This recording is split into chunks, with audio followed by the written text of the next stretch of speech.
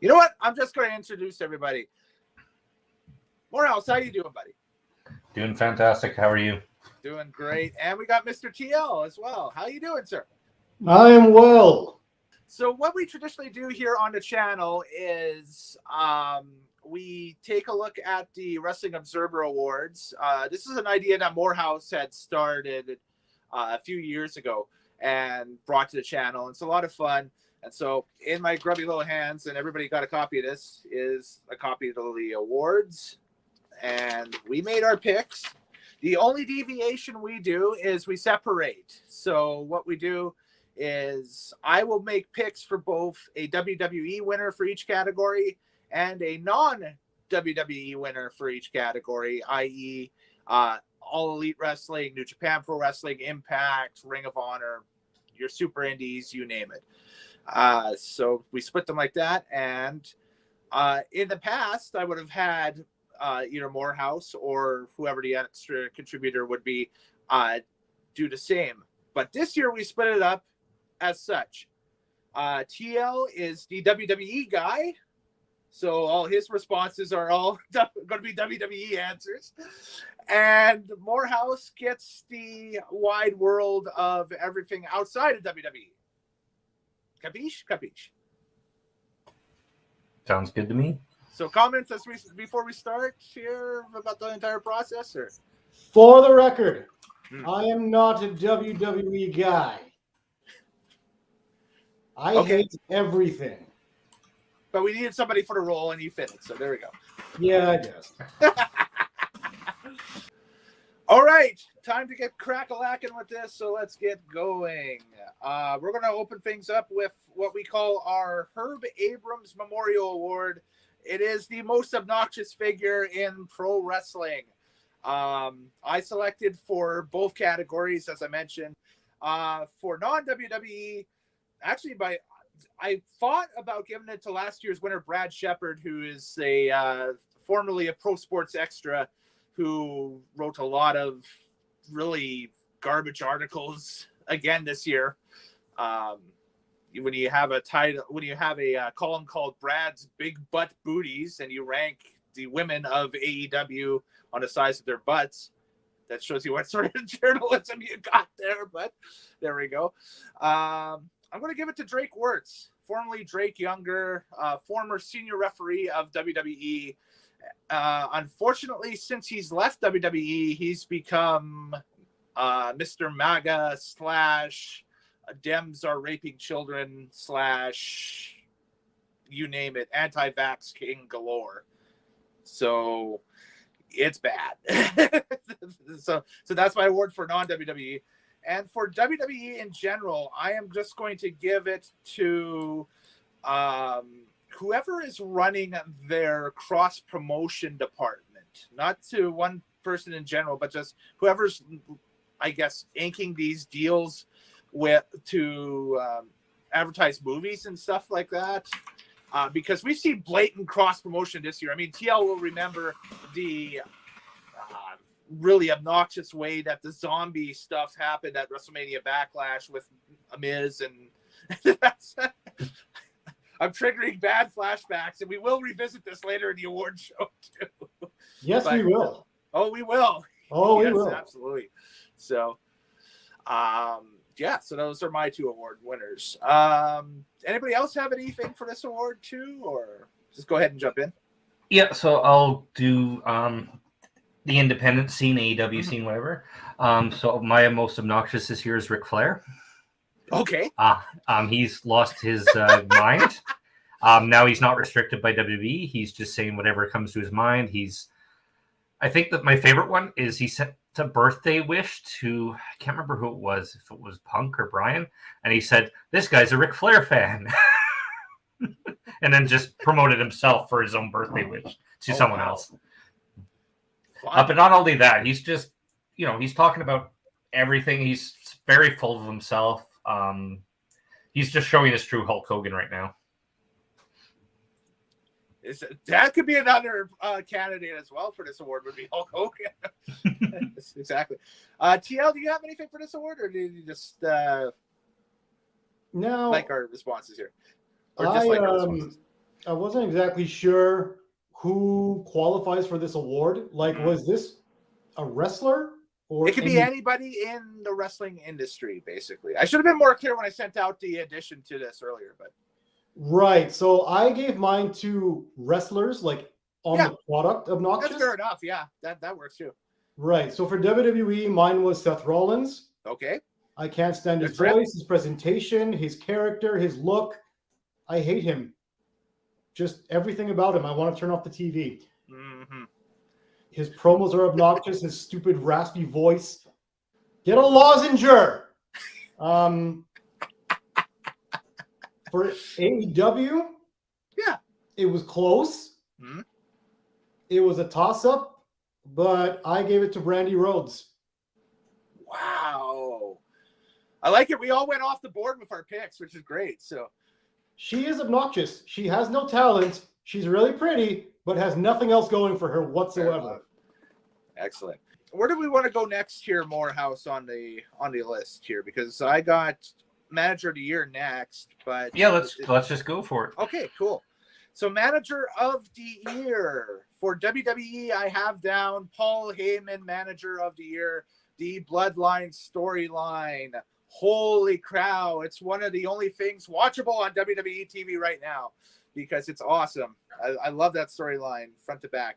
And non-WWE, I'm going to give it to Dan Lambert in AEW. This is a much better run than his Impact run a few years ago with Bobby Lashley. I think the American Top Team has come in and they're shaping up to be a real nice mid-card heel faction. So, keyword mid-card.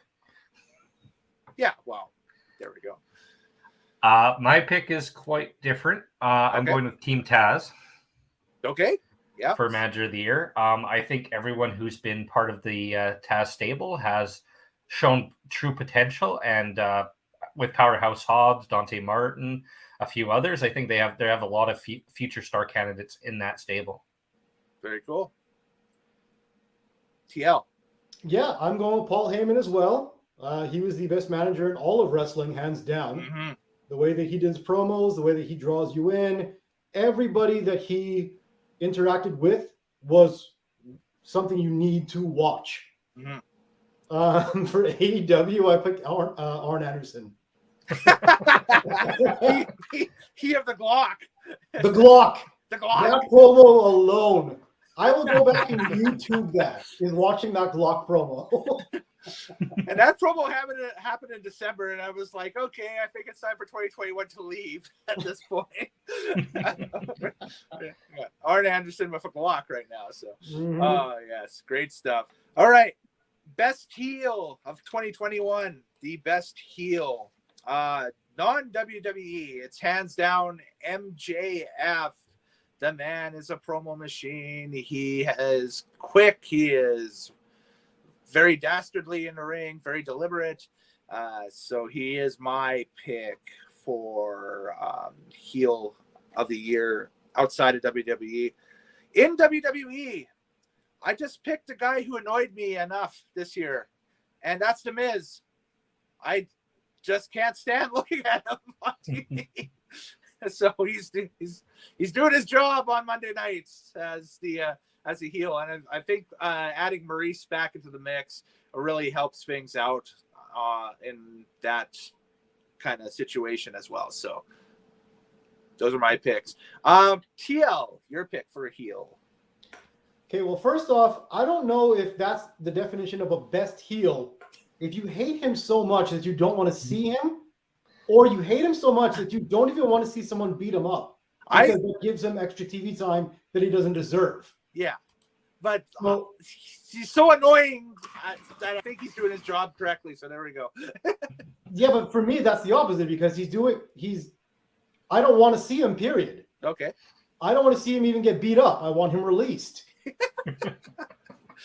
In terms of best heel for me, Bobby Lashley. Hey, there we go. Yes. Hands down, Bobby Lashley. He was you couldn't cheer for him. He was doing a great job at that. And I do agree. AEW wise, MJF, absolutely.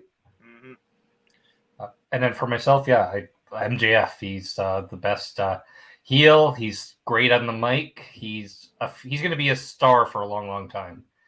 He's already reached that level. Mm-hmm. Absolutely, yeah. And going forward, what's he saying? The bidding war 2024. That's when his contract in AEW is up, and that's when the big money contract will come in. It's kind of like taking a sports narrative. It's kind of like when Connor McDavid went from his entry level to the deal he's got now. It's like, okay, how much is this kid going to rake in at this point? It's the only number. So I don't see the problem is I don't think he'll go to WWE because they're going to wash him down significantly. Yeah. No, he'll stay in AEW. It's just that his deal could be one of the most lucrative deals out there. Best babyface for 2021. WWE-wise, I've got Big E. And outside of WWE, I went back to AEW and grabbed Hangman Adam Page. There's a similarity between both of these guys. Both of these guys have had very long storylines that kind of weaved. In one case with Big E, it was about a year or so.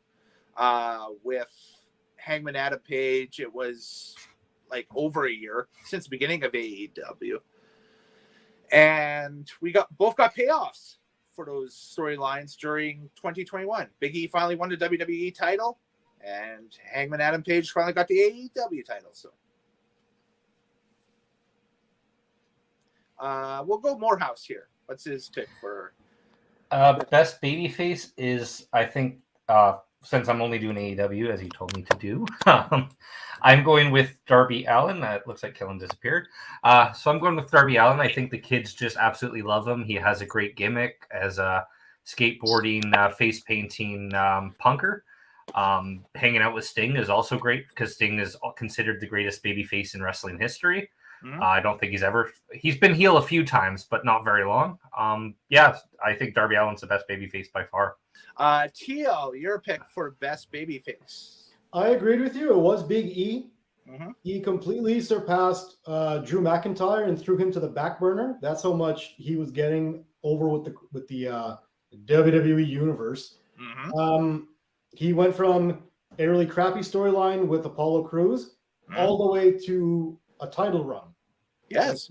He worked his ass off and he got over as a babyface. Best in WWE, hands down. They didn't force him to carry a sword either. Yes. Or a spear. Go figure. Yeah. And then on the non-WWE side, best babyface, hands down, with CM Punk. The crowd reaction, the reception, every single time he touched a microphone, every time he wrestled, it was a big occasion. It was a big deal. Unless you're in Long Island. Unless you're in Long Island. Yes, unless you're in Long Island. But even so, I mean, that just proved he was the best babyface. That's Bizarro World at that point. Yeah. So we're skipping best pro wrestling DVD and streaming documentary, but I just want to make quick mention of it that what I had down for it was on the WWE side, I just put in all of the A&E biographies as their best for the year. And non-WWE, the latest season of Dark Side of the Ring, I think, hit it out of the park. So those were my choices. That being said, does the Broken Skull sessions count? Sure. Because every one of those are awesome. Yeah. So that's your WWE choice. There you go. No, those are good. I agree with you. Dark Side of the Ring is fantastic. I actually just watched the Ultimate Warrior one this morning for the first time, so it was really well done. I was able to find them on DVD still, so yay! Got them over. Yeah, that's something we could talk about. Is WWE has canceled their DVD program? Yes, by the end of this year, 2022, WWE DVD or WWE home video will be phased out. There will be no more physical media coming from them at all. Which is sad and end of an era for me because I have lots of them. Me too. I think what we'll do is we'll all get together probably towards when this announcement is made official, and we'll discuss it in a special live stream on the channel. Just because I think we all have really strong feelings about, especially during the heyday of WWE DVDs and that stuff. Their documentaries were second to none. Like we're talking like 2004 on through like 2008, 2009. Like they were fantastic, like really good. You don't think they'll still do them? Just throw them on Peacock instead of using a DVD release? Yeah, they're going to be on Peacock now. Yep. So they're not really going anywhere. They're just going to a place we don't want to go to. Yeah. And a place that's not available in Canada. Nah, true. Well, WWE Network is still available for now. For now. For now. For now. Worst gimmick of 2021. So I may have misinterpreted the question a little bit here because I have two match types for the worst gimmick. So it's a gimmick. Match type is a gimmick. I mean, yeah. One's a match type and one's a thing that happened. Let's just put it that way. The Zombies at WrestleMania Backlash is my pick for worst gimmick for WWE because WTF. I still can't believe it months later that it happened. You can go back actually in our year-end best rants video. TL lays it down for you. It's worth a watch, folks. When you're done watching this, go check it out. It's great. Yes, please laugh at my trauma. He's still going to therapy to this day over that. To this day. Oh man. And a non-WWE, it was the exploding ring at AEW Revolution. In the exploding ring barbed wire death match gimmick that everybody had waited for the countdown to happen, and then they were going to reenact the Onita Terry Funk exploding ring finish with all the bombs going off and everything. And then the bombs went off, and holy crap, it looks like pyro at a high school graduation or a wedding. It's one sparkler, maybe. That's it. It led to great memes because I remember the one that was on Twitter is they cut out the sound and put the Talladega Nights sound when he tries to cover his friend who's burning from imaginary fire. I'm on fire! No, I'll save you!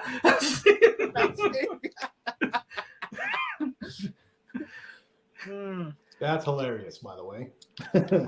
For me, worst gimmick, I actually I picked the WWE one this year. Sure. I apologize. I went off the rails here. But I'm picking Joe Gacy from NXT 2.0.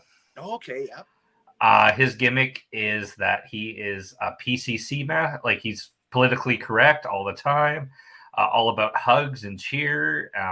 And if you don't follow that way, he'll send his big monster to beat you up. Yeah. It's just a terrible gimmick. It's obviously Vince throwing shots at the left-wing crowd. Yeah, it is. I think the funniest instance of that was not the most recent NXT special, but the one right before at War Games. Joe Gacy had a cruiserweight title shot, but they had to change the rules around because Joe Gacy is not a cruiserweight. So so they let off and did this whole thing that the cruiserweight title was going to become an open weight title. They were thinking about turning it into like an X Division thing that Impact has where anybody on the card could fight for it, blah, blah, blah, whatever. So they generated a little bit of buzz with it. And then they go and do the match, and Roderick Strong, who is a cruiserweight, retains the title and is still, as of time of this live stream, the WWE Cruiserweight Champion. Oh, no, he's not. That's right. He lost, right? Yeah, they got rid of the Cruiserweight title. Oh, they got rid of it entirely. So there we go. Yeah. Shows you how much I watch NXT 2.0. So there we go. Nah, you and many others. Yeah. So. TL, your pick for worst gimmick.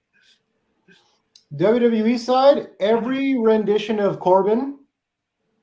So Baron, Happy, King. Happy Corbin, yeah. King Happy, drunk, broke. Every rendition that he threw out on TV was hot trash. You don't like Riddick Moss's dad jokes with him? Even that. That was just hot water on the hot trash. You can get the smell in your nose. And that probably shows you how far Drew McIntyre's fallen. That's his lead feud at the moment. Mm-hmm. Right? Absolutely. Yeah. That could be his Mania program. That's how dangerous that is. I kind of don't want to give you my other one, a worst gimmick, because nobody going to agree with this except for me. Okay. All right. You don't have to if you don't want to. No, you know what? I'll do it. I'm all about the If you feel ashamed. Well, I think this mission should feel ashamed. Worst gimmick, AEW, Excalibur. Okay. You're a commentary? Yes, you're a non-lucha former wrestler that wears a mask on commentary. Grow the fuck up. Take that shit off. No one's going to know who you are anyways. If anything, you're wearing a mask, people will recognize you more than if you didn't. Like, are you sure you're not Jim Cornette in disguise here? Yeah, just put on a lot of ink and got rid of the southern accent. Yes, we're actually. I can see where you're coming from. Like, I don't hate it. It just doesn't bother me. We're actually the ever-loving shit out of me because it's like it really is a gimmick. Yeah, he's wearing a mask on commentary for no good goddamn reason. It's because he carried it over from his California promotion because he wrestled in it, but nobody knows him in AEW. Like, AEW is more global, and nobody knows that California promotion. That's what I'm talking about. None of that matters. None of that's relevant. None of that makes sense to anybody that's watching. He just looks like an absolute dork wearing a sock on his face with some glitter. Oh, man. All right. Well, let's shift gears and go to best gimmick. Let's talk about the good things. WWE wise, for the first time ever, I've given it to a faction entirely, and that is the Bloodline. So I'm giving best gimmick to Roman Reigns, the Usos, and Paul Heyman. Holy crap. Yeah, this thing, especially the second half of the year, again, is week in and week out one of the only watchable and redeeming things about WWE TV is put the belt on Roman, have his brothers kind of protect him and that stuff and whatever, and you know, he's the tribal chief, the head of the table, and everybody's talking about it. I mean, like, to the point where, you know, with Brock coming in and that stuff, Brock almost for a little bit was playing second fiddle until Brock won the WWE title now on Raw. So I would assume there's something coming at Mania this year between the two of them again, but yeah, that's the one thing that keeps me tuned in on Friday nights for SmackDown is the Bloodline deal. It is chef's kiss. And for best gimmick over on the non-WWE side, again, MJF, AEW, just continuing doing his thing. We hit on it earlier, but yeah, that's my pick for best gimmick outside of WWE. For myself, I'm going to the universe of social media for my best gimmick, and that is the evil genius known as Danhausen. Danhausen. I think he has created such a buzz that he's going to get signed very, very soon by either AEW or WWE. Well, he did. He got signed by ANW. He's working for the burger place now. Oh yeah, that's a joke. He said he got signed by ANW. Yeah. Filled out an application and got a job. So, but yeah, he's probably the biggest independent wrestler just because of his gimmick. If he didn't have that gimmick, he probably wouldn't have been noticed at all. Right. Exactly. TL, what was your favorite gimmick or gimmicks? No, I would have agreed with you with the Bloodline, except I'll give them their flowers later. Okay. Many other parts of segments, so I had to give this to somebody different. I gave it to Sami Zayn. Hey, there we go. Yeah. The victim of conspiracy is one of the most entertaining, stupid things I've been watching the whole year, and he never fails.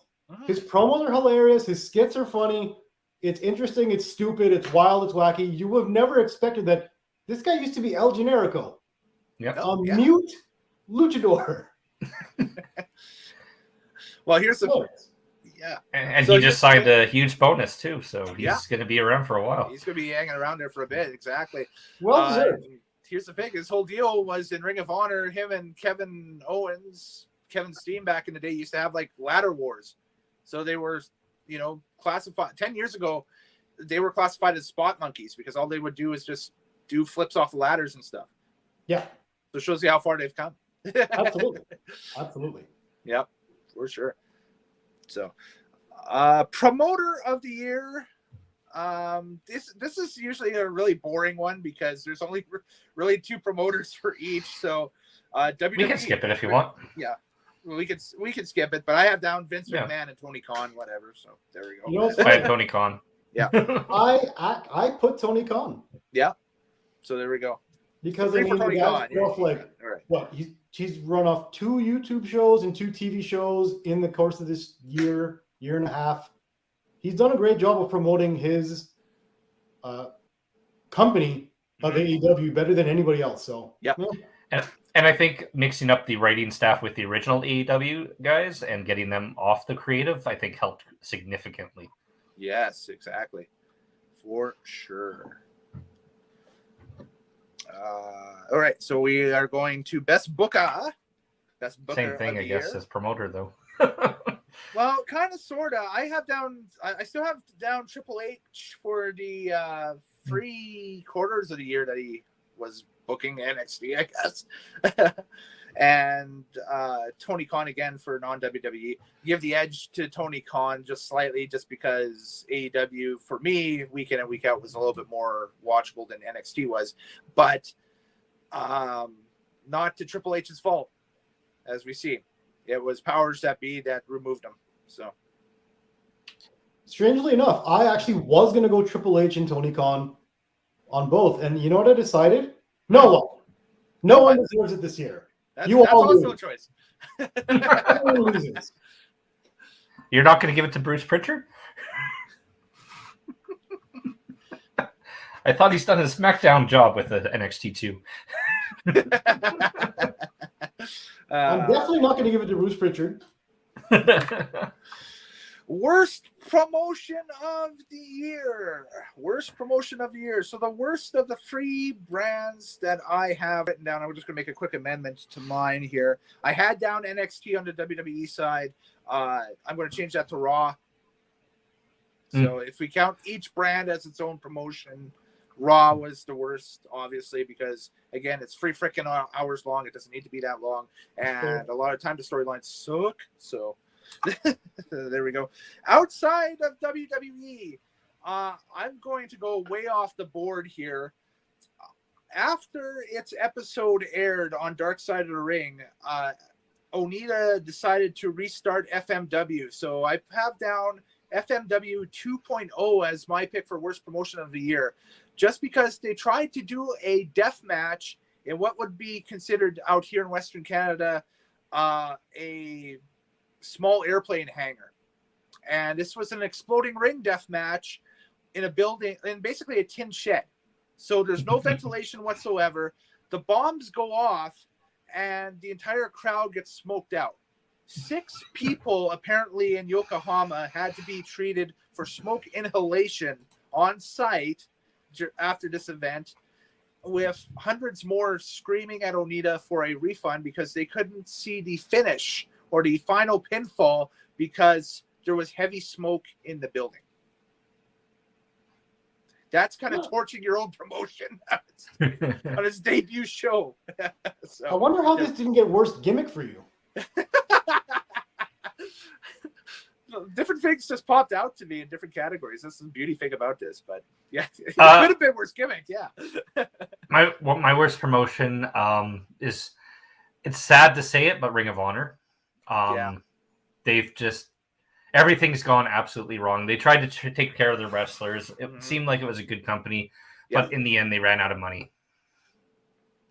And I don't know if you blame sending the wrong people into creative or if it was the elite leaving the company, but ever since that happened, it's just been a continuous downward spiral. I mean, that's definitely material for another show later on down the line, but I think that it's Ring of Honor's downfall is not its own fault. I think that they did pardon the pun, they did the honorable thing and tried to pay their people out through the pandemic when they probably had no right to do so. Yeah. They should have let people go during the pandemic to have the promotion live on and that stuff. But instead, Joe Kopp and everybody at Sinclair was like, nope, everybody stays on payroll. We're paying them off. So, which is nice. But when you don't have any incoming revenue, that's what happens. Yeah, exactly. So a sad end to a great promotion. Just the legacy of Ring of Honor is amazing. Like, it's great. Yeah, stuff. and I was going to agree with that pick. that ROH would have been the worst promotion of the year because they didn't last. Yeah. They ended up having to bail out by the end of this year. Mm-hmm. But that being said, I'm still going to give mine to Impact. Okay. Because I haven't seen something quite like that where they, ever since AEW came around, they have fallen so far off the map, people forget they even exist. The only way people know they exist is when someone leaves WWE and they're like, are they going to go to Impact if they don't go to AEW? Yes. And I guess I can see your point because they also relied on AEW stars a lot this year to help bring awareness to their company. Yeah, like Christian and Omega going back and forth and stuff. And it's, are the Good Brothers hanging in both shows? Yeah. Yeah. The most high-profile Impact title match was on AEW television. That's right, Omega and Christian. On the debut episode of Rampage last year. Yep. Yeah. So, yeah, Impact to me is the worst. So, there we go. Yeah, those are all solid choices. I don't think there's a clear-cut winner there. I think that would be something where, obviously, with the Observer, you get like hundreds, if not thousands, of ballots coming in, and you just count up, and whoever got the most ballots for that one would win. So there's a lot of shit to go around. Oh, we were only scratching the surface too. I mean, like, I could have talked about the XPW relaunch as well in New Jersey, which drew like 80 people. Wasn't very good. So, hey, in COVID years, that's a great number. Yeah, exactly. WWE had 0 for a long time. Yeah, the only AEW just had the Gun family for a long time. Yeah, the only problem was the venue they were running sat 800 and they drew 80. So even with the COVID, restrictions and that stuff, I think their new limit was 800. So, anyways, worst feud of the year. So, WWE side, I'm going to go Miz versus Damian Priest for the U.S. title at the time. It's coming off the Bad Bunny celebrity thing at WrestleMania, so it had some legs, but what ended up happening at Backlash basically nullified everything because they turned it into some weird cross-promotional thing for Batista's new zombie movie. So that's my pick for that one. And then the worst feud of the year for me, non-WWE, goes out to every single promotion that isn't WWE because it's the Forbidden Door. Oh. It became a laughable punchline by the end of the year because, yes, wrestlers were going to different promotions to wrestle matches, but they were all mid-card talent or lower-card talent.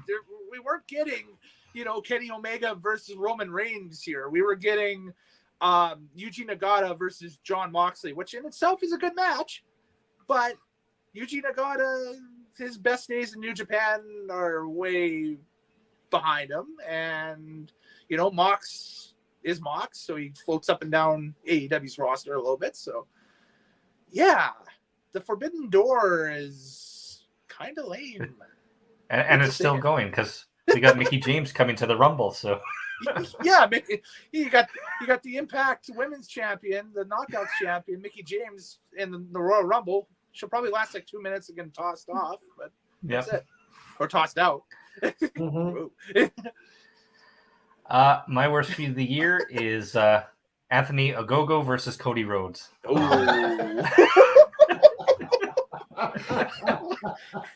Winner! Yo!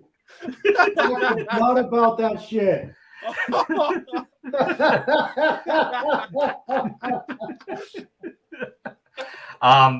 Ogogo is not ready for any time of feud. He's very low mid-card in my opinion. Yeah. But for some reason Cody's like, hey, let's throw him with me and let's do something. And they just stunk out the buildings. The feud had no heat. Cody turned in, everyone just started booing Cody. Like the feud turned, Cody's the babyface, Ogogo was the villain, and Cody became the heel for no apparent reason other than we're sick of it. And he still hasn't recovered. Like every time Cody appears on TV now, he just gets booed because of that feud.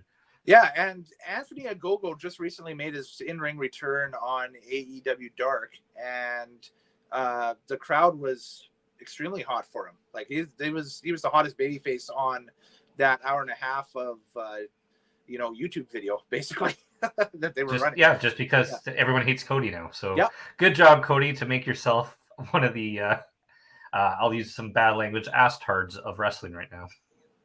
I like that term. You know what?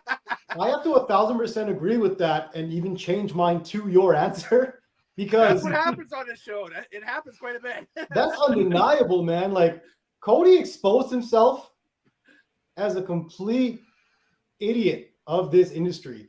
Yeah. He doesn't get it. He doesn't know what he's doing, and he finally showed everybody that. That feud fucked him up. Yep. On the WWE side, yes, I have Charlotte versus Alexa Bliss. Okay, yeah. That was so stupid, with the doll, with the foam tablet that didn't go off in her mouth. The Alka-Seltzer tablet. Everything about that was so stupid. I hated Notice it. now they're cutting around it on their return vignettes and everything. Like they showed the video last week on Raw, and she was they're trying to erase it by going around the edits to get to it. Yeah. She was never a fiend. No, never happened. Yeah, well, that was shit. Speaking of WWE, I do have a WWE one as well. Oh, good. Yeah. My WWE one is Orton versus Bray Wyatt. That feud continued from 2020, went to 2021. They threw in Alexa Bliss. They had their big final match at WrestleMania for it. She comes out of a box bleeding, and Bray Wyatt dies and disappears from the entire universe. Can never return. Yes. And there was no angle, no explanation. I remember Raw, I think Bray Wyatt did, hey, I'm coming back very soon. And then he was released a month later. And that's... Yeah, Orton and Bray Wyatt should never touch each other again, because that's their second feud that has been absolute trash. Oh, no, but knowing WWE, they're going to put them back together 10 years from now in a WrestleMania as if it was the greatest feud they ever had that finally needs to be sold. Just the rubber like match.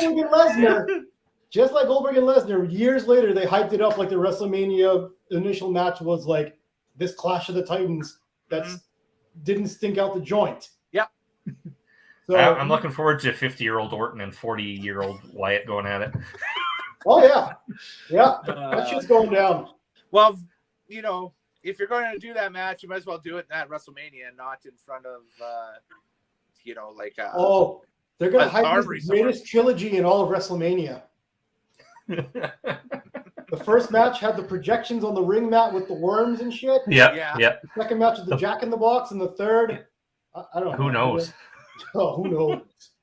Geriatric an airplane. Bag It'll be in helicopter. Eat raw chicken. What? Oh man! All right. Worst match of the year. Worst match of the year. My picks for this one for WWE. Again, WrestleMania Backlash, Miz, Damian Priest, U.S. title, Zombies, Schmoz. TL has a mental breakdown after the whole deal. So for AEW, it is the exploding barbed wire deathmatch schmozzle at Revolution between Mox and Kenny Omega. That's my pick for worst match, because there was the curiosity on how they were going to pull it off, and then they tried to pull it off, and it didn't go at all. So, and I'll just quickly put in there, you have both of mine, absolutely. My breakdown and the worst moment AEW has probably had in their organization. Yeah. Yeah, I have no counterpoint to you. I have the same for AEW. So okay, there we go. Awesome. It was pretty unanimous, man. That was awful. Yeah, that's when the one good thing about the year went off at the end of that countdown. That was it. But the comedy is just great from that. It is, yeah. Sorry about that. Worst television show for 2021. WWE, the worst of the brands I found again was Monday Night Raw, so that's my vote. Outside of WWE, I put down NWA Power as the worst TV show.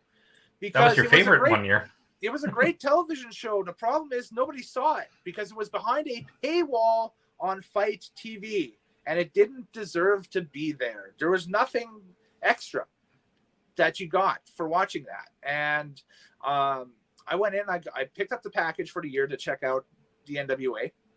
and that included, I think, Power and then the pay-per-views and whatever. But they were just doing basically a normal wrestling show. There was nothing that they gave you a bonus for it. Like, you'd figure now in the age of Patreon, hell, I'll throw it out there, OnlyFans, whatever, content creators will give more to people who sign up for their premium services than, Did you just say you want a Billy Corgan OnlyFans? No, negative. Be careful what you wish for.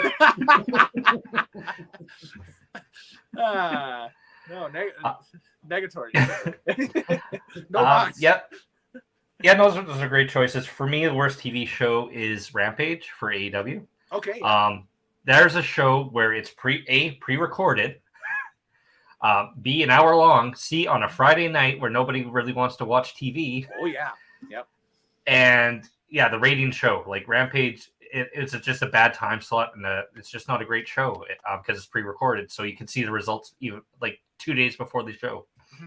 And D, it's not even on in Canada typically. Yeah, it's on TSN web website. Yeah, it's on their website. Crazy. Yep, agreed. So this for me had no parameters. It was just the worst television show with wrestling. Yes. So my loser of the year was Roads to the Top. That's a good choice. There's another show that also put Cody Rhodes into a heel. I have never seen an episode of Roads to the Top. Dude, for the comedy of that is Cody Rhodes, watch it. Okay. It's like, you know how we exposed how he's a fraud in the, as a wrestler with that Agogo match? Mm-hmm. Now let's go behind the scenes and show the makings of this fraud. With Randy Rhodes. Yeah. Oh, wow. Yikes. Mm-hmm. Oh, man. Cody Rhodes with the X-Pac heat. Oh, yeah. Man. Most disgusting promotional tactic of 2021. Yes, of course. All right. WWE. I have Apollo Crews as Nigerian royalty. Yeah. We first saw this at Fastlane. In the weeks leading up to Fastlane, after the Royal Rumble, Apollo Crews was kind of teasing a heel turn a little bit, and we thought, okay, cool, we could see him work heel. I did not think that they were going to Tony Atlas, the poor guy, and basically just give him slapped with cultural stereotype. Oh, that's Commander Aziz. Anybody? Wow. It broke my brain. Mm-hmm. And Vince once again shows that, he's culturally insensitive still. Yeah. No, that's all that is. Exactly. Yep. Non-WWE for AEW, I've got the Brody Lee exploitation after his death with AEW. Specifically with Brody Lee Jr. I'm not sure if that's necessarily in hindsight the best place for a 9 or 10-year-old kid to be in the months after his father's death, is kind of ringside, leading a faction to the ring and that stuff. Now, by summertime, it was kind of moot because Dark Order's push kind of got leveled a little bit, and then they kind of disappeared off of TV for a little bit. They're just come back here recently. But yeah, just right after that, and promotions will do that. They have a habit of doing that. We saw it with Eddie Guerrero. We saw it with, even with the legends like Bruno Sammartino and that stuff that passed away in WWE, where they'll try to exploit the heck out of, wrestler who's deceased for a little bit. And then like a year or so later, it's part of WWE lore and forgotten, unfortunately, but that's wrestling. So I also have two. So WWE side, I think releasing 35% of your talent during a pandemic year, especially during seasonal times. Like they released a whole bunch during Christmas, they released a whole bunch around Easter. just to make sure that your profit margins are in the green, which they already were in the green. They just want a little more in the green. So I thought that was pretty pathetic. The good thing is at least the independent scene is so huge right now that a lot of them can bounce back, find jobs pretty easily. Where if this happened maybe in early 2000s, they'd be working in gymnasiums. Oh, there'd be so many startups starting up right now, Morehouse, that it wouldn't even be worth watching wrestling anymore because there'd be so many bad startups happening. And then for my AEW independent side, Tony Khan's pettiness has just been bothering me lately. He goes on Twitter and he gets upset at just fans, giving him criticism. He just loses it on them. Even his feud with Big Swole recently on Twitter was pathetic. You don't want to see that from your owner or promoter, just getting into small little petty feuds on the internet because someone came out of nowhere. Someone just slams you. And even YouTube, like he attacked YouTube and Twitch earlier this year if they were streaming any of his content. So he's just a little petty. Like he just needs to step away. Leave social media alone because it's just going to get you in trouble. Tony Khan needs to chill. Gotcha.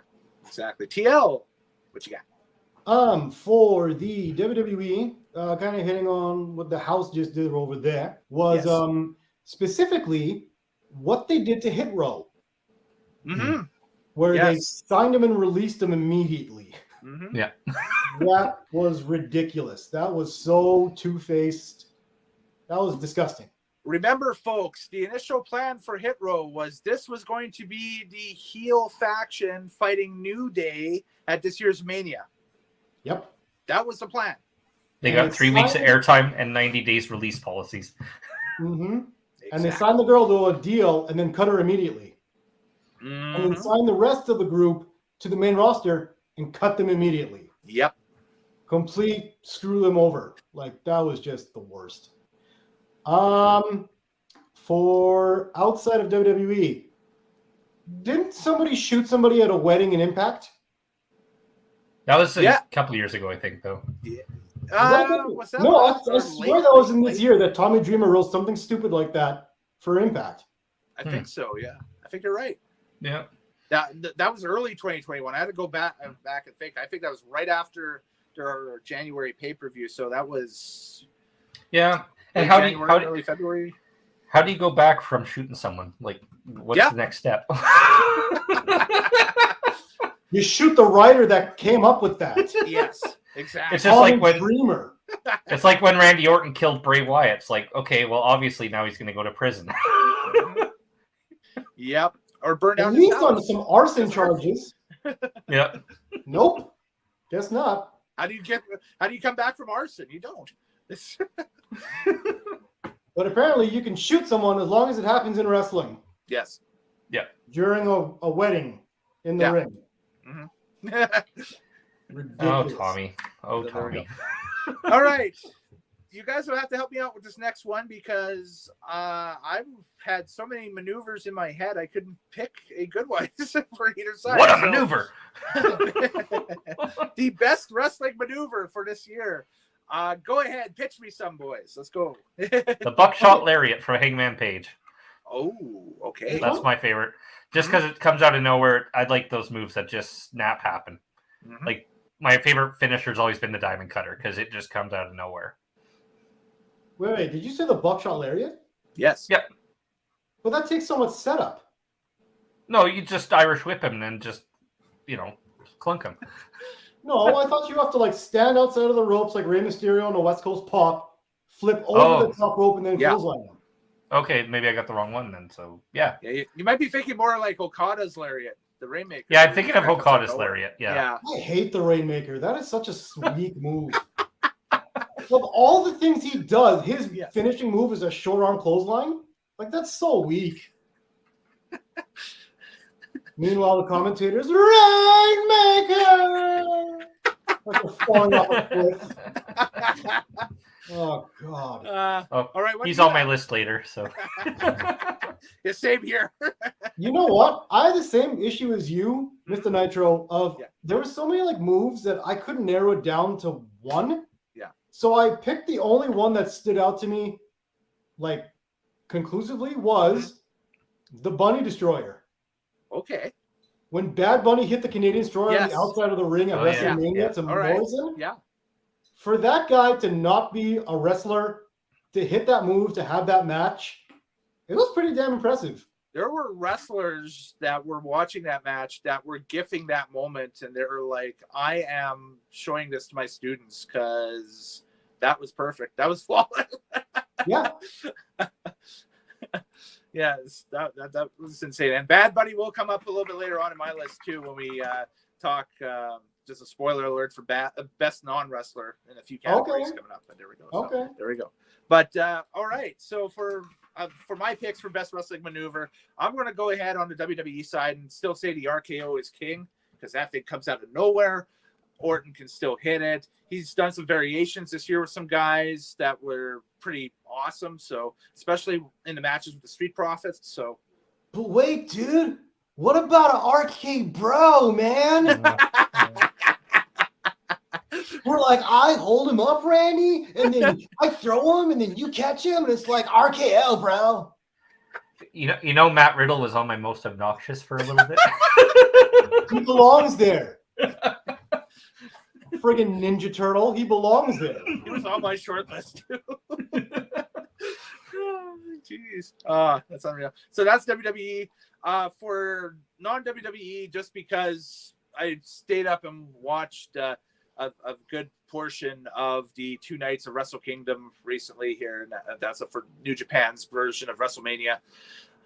Man, that Destino from Tetsuya Naito is still just a crowd popper. Even though they couldn't cheer, the applause and the golf claps were amazing and loud in the Tokyo Dome. Like it almost was like a pop. So that's my vote, is the Destino by Tetsuya Naito. So yeah, and there's some theatrics to that move too. With the it's basically like a flipping DDT, but it's still pretty cool. So yeah. Worst major wrestling show, the worst major wrestling show of the year. My choices were for WrestleMania Backlash from WWE and Revolution from AEW. Yep, those are Brad. I picked Crown Jewel as my only choice. Just the Queen of the Ring tournament, I think, having the finals there in a place that doesn't appreciate women's wrestling to begin with was just a poor choice. Now, the people do, the government doesn't. The prince doesn't. Okay. Yeah, let's make that clear. The people actually wanted to see it. They popped really hard for the women's triple threat match. Okay, the government and the princes and kings do not care. There you go. Yeah. Jeez. Let's see. Worst major wrestling show. Yeah, WrestleMania Backlash for sure. That killed all of wrestling for me. Mm-hmm. You know what? I'm only now rereading my list. It doesn't make. Oh, okay. No, I get it. I wrote down Rampage Tennis. I understand what that means now. It was the Arthur Ashe Stadium Rampage. Okay. Yes. All right. Yeah. Rampage Tennis sounds like an awesome N64 game from back in the day. Like I would play Rampage Tennis. That sounds like a great arcade game. That would be like the 3 monsters with tennis rackets. Yeah. Yeah. And you work in just like and you play with people, so you tennis people. Throw Mario and Sonic in there too as unlockable characters. No, but he's saying that they're the tennis ball. Oh, okay. Yeah, the people are the tennis ball, so they play tennis with people. Yeah, and they're like limbs fly behind them while their head goes. Solid. I like it. Yeah. But yeah, that show, that Rampage where it was in Arthur Ashe Stadium was weak. That was because they had been there for like 5 hours, and they recorded that one the same night as the Dynamite show, and it just came off so lame. What a waste of time! Yeah, the crowd was already dead for it. Yeah. Yep. Well, the problem is the hour draw took the life out of the building, and it was very early into the night that they did that. So yeah, and then 5 hours later, you have CM Punk come out to like a completely dead crowd, trying to cheer for like a match that no one cared about. And I think AEW's hurt itself now with those hour longs, is because every time now you see a main event open a show, you're like, oh shit, this is going to be a 60-minute match. Exactly. Or something. For sure. Best major wrestling show for 2021. I got for WWE, I got WrestleMania, and then I have in brackets night 1 of WrestleMania. Yes. Yes, Yeah. because that was the great show of the year. Yes, absolutely. And then for non-WWE, it is AEW All Out because of the hype around CM Punk's return, the match with Darby Allin. You still had the uncertainty of will Hangman Page get the title shot? Will he not? Whatever. And so they were building up towards that. And just I thought that was their most solid pay-per-view of the year. So. Yeah, no, I have the same answers as you. All Out also had the ending with Adam Cole debut, and then Daniel Bryan right after that. Yeah, it was just a fun show just to watch. You know, it's one of the. I don't order a lot of pay-per-views. I watch them after on replays, but it was one of the only ones this year other than WrestleMania that I watched live. Yeah. Funny enough, I do have the same thing of WrestleMania Night 1 was absolutely the best show for WWE this year. Right. And funny enough, you know what I like better on AEW was Dynamite Tennis. Because so you love Dynamite Tennis, but you hate Rampage Tennis. Yes. They had the best and the worst shows on the same night. Yes. Like, that's crazy. They had a great match on Dynamite. The crowd was into it. It looked great. And then there was nothing left for them come Rampage. So Dynamite Tennis was the PlayStation 1 version of the game, and Rampage Tennis was, the PS2 version. Rampage was like a Game Boy. Oh, for Game Boy. Okay, sure. Yeah, Rampage was like Game Boy compared to Dynamite that night. So I wonder if in that tennis stadium, they're like, okay, guys, that was a great show. Now let's just bring it down a lot, and let's do it again. Yeah. Hold the shoots, boys. It's over. All right. That is special that for me, they put on the best and the worst show on the same night. That's a special kind of thing. That's awesome. That's very AEW. Exactly. There we go. So this is best and worst television announcers. So best, I have Vic Joseph from NXT for WWE, and I have for non WWE for AEW. I actually have down Excalibur. So we differ quite a bit. Sorry about that. Sure. So I thought Excalibur was great, and I thought Vic Joseph was a Swiss Army knife this year. I would have put Pat McAfee in there, but I think he won last year, so I wanted to change it up a little bit on my side. So I put down Joseph. So you can't win twice in Kellen's book. Not my book. What? Where can go back to back? He can defend his title. What is this? When Tampa Bay Lightning won the Stanley Cup the second time, Kellen's like, no, that doesn't happen. Don't recognize it. It was in September. Ridiculous, Kellen. You got to change. Worst television announcer on my side, Byron Saxton from WWE Raw. Man, he drags that show down the toilet. Holy moly. And Matt Stryker from Impact for my non-WWE. Now, he's recently released. They went and picked up Tom Hannafin, who used to be Tom Phillips on WWE TV. And he just did their most recent pay-per-view here, and it sounds like he's their new guy, which is good. That's awesome. I love Tom. He's great. The problem with Stryker is in the limited amount of watching Impact, it seemed like he had no idea what was happening on a week-to-week basis. You kind of, as a lead announcer, have to know that. Kind of helps. He seemed lost out there quite a bit. D'Lo knew what was up, and I thought D'Lo Brown as a color commentator was really good. But Matt Stryker, it didn't work with him this time around. Sorry. So, and now I'll disappear, and you guys give your picks, starting with Morehouse for this category. Sure. So best TV announcer, I really only focused on AEW here. So Tony Schiavone is the best. I think he's very excited. He still shows his enthusiasm for wrestling. He's pretty much anything AEW asked him to do, he does happily.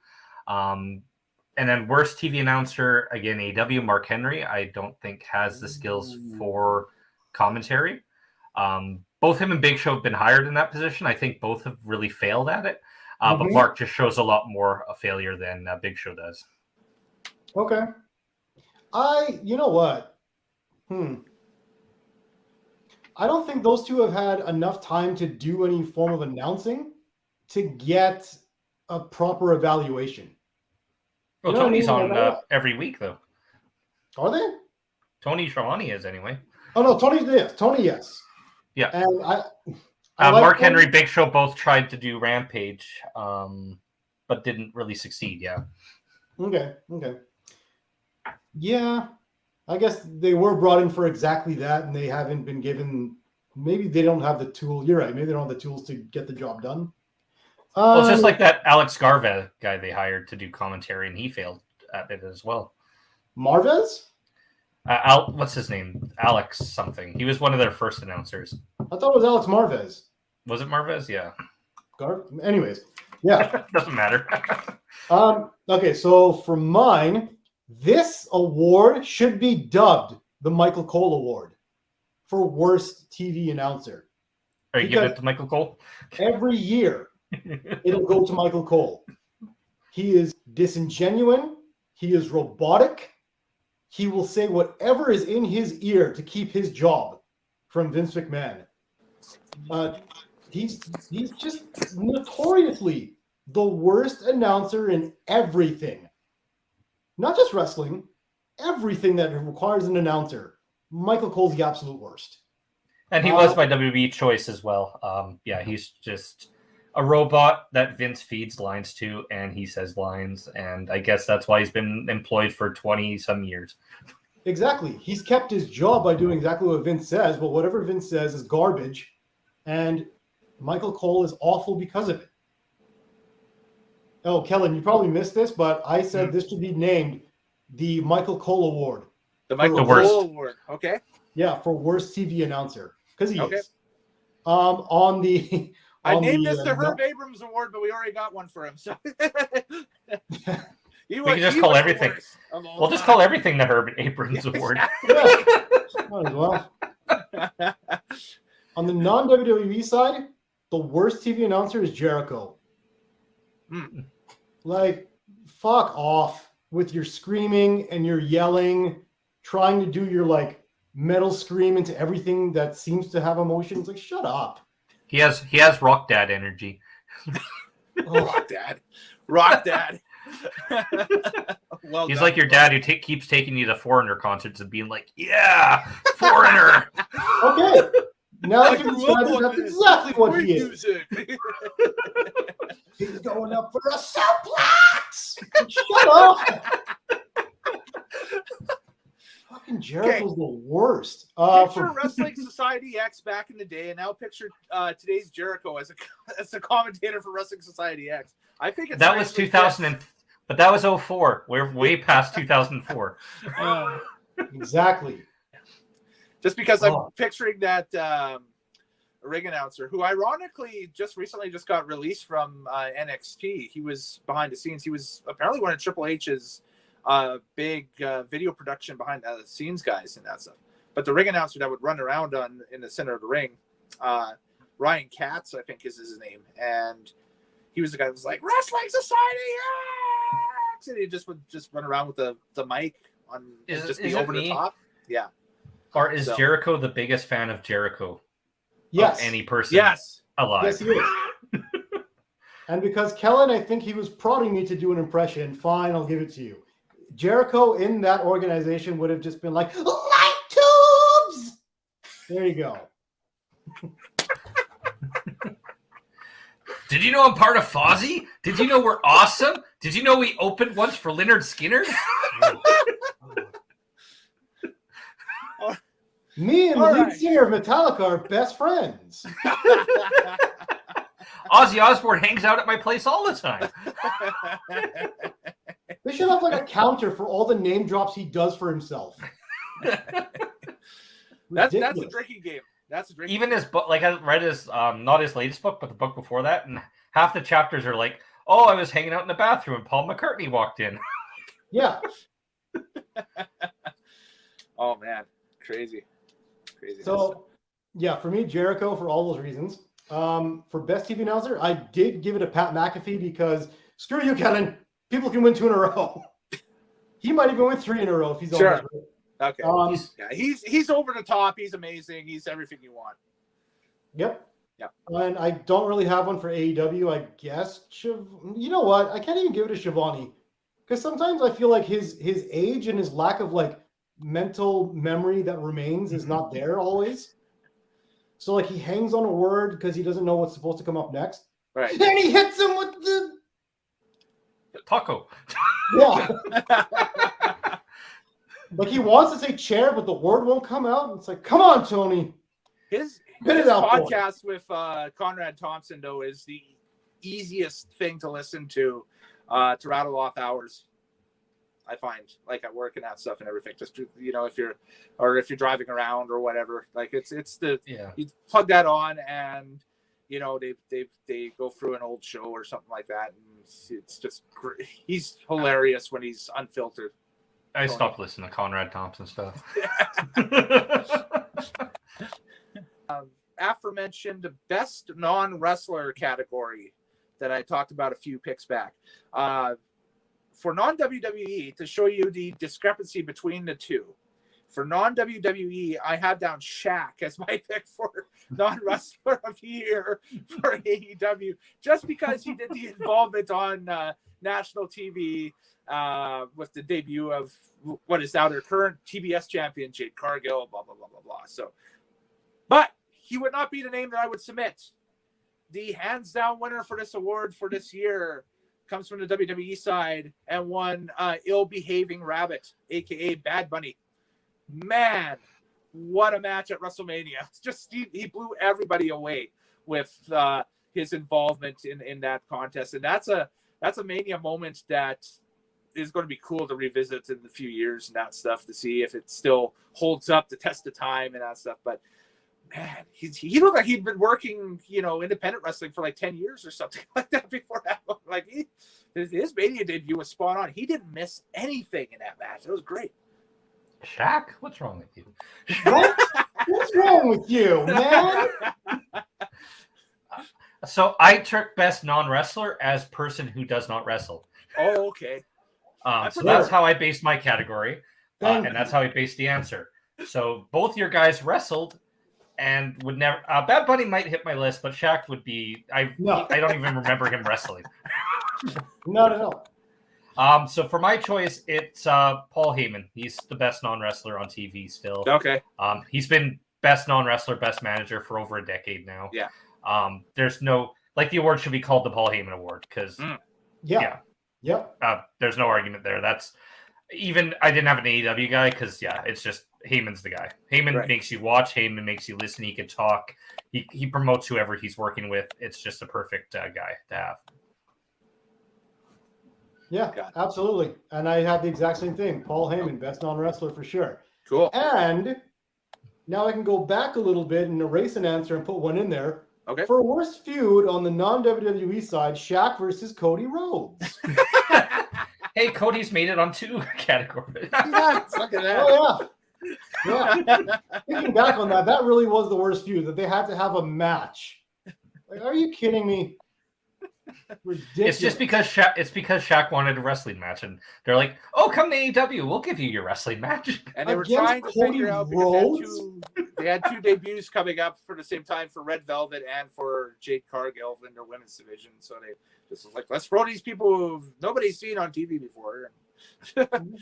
Why is she named after a cake?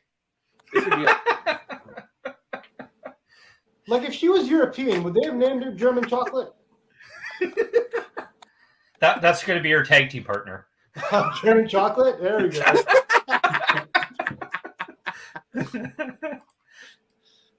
Their finisher could be the frosting. AEW's, well, it's AEW's version of Sasha Banks. We all know that. Come on. Is it? It's great value, Sasha Banks, but it's Sasha Banks. Who is? It's like gas station record store version of Sasha Banks. Yeah. That's the dollar store action figure of Sasha Banks. Wish.com. Yeah. Yeah. Rookie of the year. We'll see how many more of my picks blow everybody's mind in a negative way here. For WWE, I have Braun Brecker as the Rookie of the Year. Yep. Nailed it. Has the pedigree. Of course, he's a legit Steiner. Yep. You heard of the Steiner brothers. This is the Steiner son. So, and he is the current, as of a couple of weeks ago, NXT champion now. Yep. He basically NXT 2.0 when they relaunched in October. You could tell that the build was going to be between Tommaso Ciampa and this new Braun Brecker, and he is the total package right now. Pardon the pun, but that's what they're using right now in NXT as the champ. He's the guy. I just wish he used a Steiner at some point in his career, and everything's good. But this is his own deal. This is his own name that he's picked. He's trying to forge his own career. Respect. And kudos. And the NXT champion is my pick for WWE Rookie of the Year. For AEW, non-WWE, I have Dante Martin. This kid was doing high spots that blew everybody's mind on Dark and on Dark Elevation. They put him on Dynamite and on Rampage, and he is fast become a pretty integral part of their mid-card, I find. And they can build a lot around him and that stuff. There's a lot of talent, I guess, invested with Dante and this Team Taz feud, it looks like. And, they got Leo Rush with him now and that stuff on Rush's kind of part-time thing. So, that's my pick. I had the same pretty much choices for Rookie of the Year. I think Braun Breaker has rocket boots to the moon. Yes. He's going to be a main eventer in WWE in 2 years, guaranteed. I wouldn't be surprised if he wins the Royal Rumble in 2023. That will be his big boot. Ooh. Yep. All the same. Braun Breaker here, WWE. AEW, Hook. Hook is good, yeah. Oh, Here comes Hook. Okay. Yep. I see ya. Yeah. I think we're going to get a Dante Martin versus Hook match on a pay-per-view, maybe Revolution. It looks like that's what it could be building towards. Absolutely. That's the feud right now. So I would try to keep those two as far away as possible until they get some experience and then have their big super match. Then there's another way to do that. Maybe it happens later this year, like All Out or at Full Gear, or But I agree with TL next year. Yeah, I agree with TL now that I think about it. I'm like, Dante Martin, his peak is probably mid-card, upper mid-card, where Hook could be a main eventer. Yes. Yeah. Absolutely. So the potential for Hook is a lot higher than Dante Martin, I think. Mm-hmm. Okay. Right on. Pro Wrestling Match of the Year. Well, Match of the Year. What was our pick for Match of the Year? This is a big category. This is one that's really hard to figure out throughout the year because the amount of bad matches we see obviously supersede the amount of good matches we see. So when there's a good match, it's hard to say. But my pick for Match of the Year on the WWE side, I'm going to give it to Bianca Belair, Sasha Banks, WrestleMania Night 1, the main event. My God, they brought it. That was easily one of the 10 best matches in WrestleMania history, I think. Hey, that far to say. I think that I don't know if it's in the top 5, but I'm going to put it in the top 10. I think going forward. Yeah, I don't think it cracks my top. Incredible. It's good. I don't think it cracks my top 5, but it was a good match. It's a top 10er for me, definitely. Wow. And that Night 1, like I said earlier, was spectacular from front to back. It was great. From the rain delay and everybody had to ad-lib and that stuff and whatever to finally getting out to that first match, to McIntyre and Lashley tearing it down in the opener. Yeah. Things. That was insane. that was good. So that's my pick on the WWE side. On the non-WWE side, taking account everything else, I'm going to put the first time limit draw between Bryan Danielson and Hangman Adam Page as my match of the year from AEW Dynamite. So let's talk about the match that was good, which is Danielson and Page. And this is going to be something that they can market on their streaming services or home videos and their anthologies for years to come as one of the building block matches of AEW and that stuff. This was on Dynamite, this was on free TV, and this was like the biggest match of the year type feel for it, which was incredible. So I really dug that match. I really enjoyed that match. So that gets my vote over on the non-WWE side. So gentlemen, have at it. What is your picks for match of the year? I had the Young Bucks and the Lucha Bros in the cage at All Out. I love that match. Okay. It looks like someone doesn't like it, but that's fine. For me, I just like. I don't know. There was good chemistry, a lot of blood. It was a really good cage match. I don't think any match overall this year won my attention at all. Like I wouldn't put any match from this year in my top 10 of all time. Right. But for this year and for when I watched live, I absolutely loved it. TL. I'm just kidding. Okay, so on the AEW side, yep, I'll call him Daniel Bryanson versus Hangman Adam Page, as Jim Ross calls him. Yeah. Instead of Hangman for some reason. It was better than the Daniel Bryan and Omega, which I thought was going to be the top one, but yes, no, it was actually Page and Bryan there. Yeah. And same in WWE. I had it as Dragunov versus Walter. Okay. Yeah. But you know what? At the end of the day, it really was Sasha and Bianca. Yes. I think just a surprise factor from that one, from that type of match coming from, from Sasha, we could believe, because she's been top tier since she debuted. She's the real best bout maker. Yes, the best bout machine. Yes. But Bianca was an unknown commodity. Like, we know she won the Rumble and that stuff, and not unknown, but unproven. Yes, because she was successful in NXT and her feud with everybody else. Be it why the hell do I always forget her name when I'm on this show? Australian girl, Rhea Ripley. Thank you. She was Rhea Ripley in NXT and Charlotte Flair and all that other stuff. Like, we knew who she was, Bianca Belair, but it seems somewhat unproven.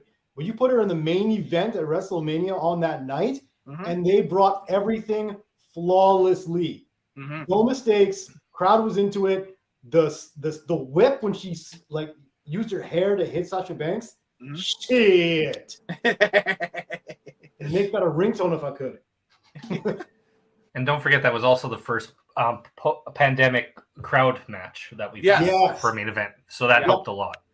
Because we were used to watching the fake Thunderdome. The video stuff. screen, yeah. There were kind of like what everybody's watching here. There were so many firsts in that match, and the importance of that match, it has to be match of the year, regardless of company, for me. Yes, definitely, for sure. All right, best weekly television program, best weekly TV show. We talked about the worst, now to the best. On the WWE side, out of their programs, I have SmackDown, because that show still looks amazing. They do all the new fancy Fox stuff with it, and it looks incredible. It looks like a completely different presentation every week. It feels like it's from a different promotion than Raw is, and it's crazy. So and non-WWE, of course, best weekly television show, well, Dynamite, because it's the next fig in the ratings. So you take the top two in the ratings, that's what you get. So my logic, at least. Yeah, I have no argument on those two choices. Dynamite's the only one I really watch regularly. And nothing really else to say. This one was a one bar, meaning you can only pick one. So best weekly TV show, I give it a SmackDown. Yeah, I'll give it a SmackDown. Paul Heyman and Bloodline stuff alone, definitely, yeah. If I had to pick the one, SmackDown would be it. Most underrated up next. Most underrated wrestler. So WWE, the most underrated wrestler to me is Kevin Owens. Kevin Owens is the most underrated wrestler to me in all of WWE, because that's their utility knife. That he can put him in any situation and he gets over. And we've seen it this year. And it looks like that he's going to be sticking around for some time, which is awesome. So good to see with that. And non-WWE, so going back to AEW for this one, Sammy Guevara is my most underrated wrestler for 2021. Boo. Wow. Okay. I had 50% agreement, but I did not have another 50. All right. Do I plead my case or what? Yeah, I don't get the Sammy choice because he's already on TV a lot and he's a TNT champion. So Yes. What else do you want from him? You took down Rusev, cuz. What else is there to do? What else is there to do? So for my choice, WB side, Kevin Owens, absolutely. Yes. He should be in the main event, and he keeps being dropped into mid-card, upper mid-card feuds. He was close at the end of the year this year to get into that main event spot, but now he's back into the... Actually, it looks like he's going to be a tag team soon with Rollins. Yes. Which will be funny. There could be a comedic thing, which would be... Yeah, it's great. We'll love it at WrestleMania when it's RK Bro versus Owens and Rollins. Could you imagine, bro? Yeah, that's the match everyone wants. So for me, I hope that match ends with Randy just RKOing Riddle and just and finally then ripping off his mustache. That's it. Yeah, exactly. So most underrated AEW side, I gave it to Powerhouse Hobbs. I think he's just a couple steps from hitting the main event scene. Yep. He has a great look. He has a great body. He's one of the few big guys they have in AEW, and I'd love to see him get more of a push. Yes. All right. Not bad. Mm-hmm. Most underrated for me, I mean, there's like 5 guys, but I'd say Nakamura. Yes. This He is the Intercontinental Champion. Yeah, but you wouldn't know because he's never on TV. Exactly. Exactly. And they cut his pay-per-view matches off and put him in the pre-show so no one can see it. Yeah. He has the opposite problem of Sammy Guevara. Yes. So, yes, they're the opposites, and that's why Nakamura really is the most underrated on the WWE side. This guy's won a Rumble, helped with a WrestleMania. He's main evented a Tokyo Dome a few times. Mm-hmm. He can get over without knowing English. Like, Yes. the guy is special, and he's getting He can't get booked. He's getting his annoying English interpreter over at the point where, people are cheering for Rick Boogs, even though he's annoying. So there we go. Yeah, exactly. The Boogs thing and everything. Most overrated non-WWE, Moose. Who the fuck is Moose? Who the fuck is Moose who keeps appearing on my Twitter calling out everybody, and I've never seen this guy do anything. So this is most overrated now we're jumped on, right? Yeah. Is that overrated? Is that or overrated? underrated? Oh, sorry, he's overrated. I'm sorry. I jumped. My bad. I was like, My bad. I jumped. That's like, Also, I think he's the Impact champion. Promotion of the year. Oh, did we We Oh, we jumped did. promotion of the year. Yeah, we did. So- Welcome back. Yeah. It ain't just me, okay? We all over the place. But Okay. let me go back to underrated. For non-WWE, FTR. Okay. They're like the only tag team that has no notoriety in AEW who absolutely should. And they're leaving soon too, I think. Good. Yeah. They haven't done that's shit all in AEW. They may venture out on the Indies or head over to Japan for New Japan. That's the rumor Do right now. it. So. They're going to be better they in did. Japan. They were offered new contracts and they haven't signed them, so I don't think they're going to. There stick is around. talk too that Sinclair is chasing them for this Ring of Honor reboot, which is good news Ring for of Honor Ring of 2. Honor if that's the case. Yeah. You can build around them. Yeah. Absolutely. But to me, most underrated for outside WWE, FTR. Mm-hmm. Yeah. And you've already got my most sure. overrated. Yep, for sure. Someone doesn't like the Impact champions. I didn't know who he was. Like, who is this guy that's calling out everybody on everybody else's show, and I don't know who you are? Yeah, exactly. He's the opposite Danhausen.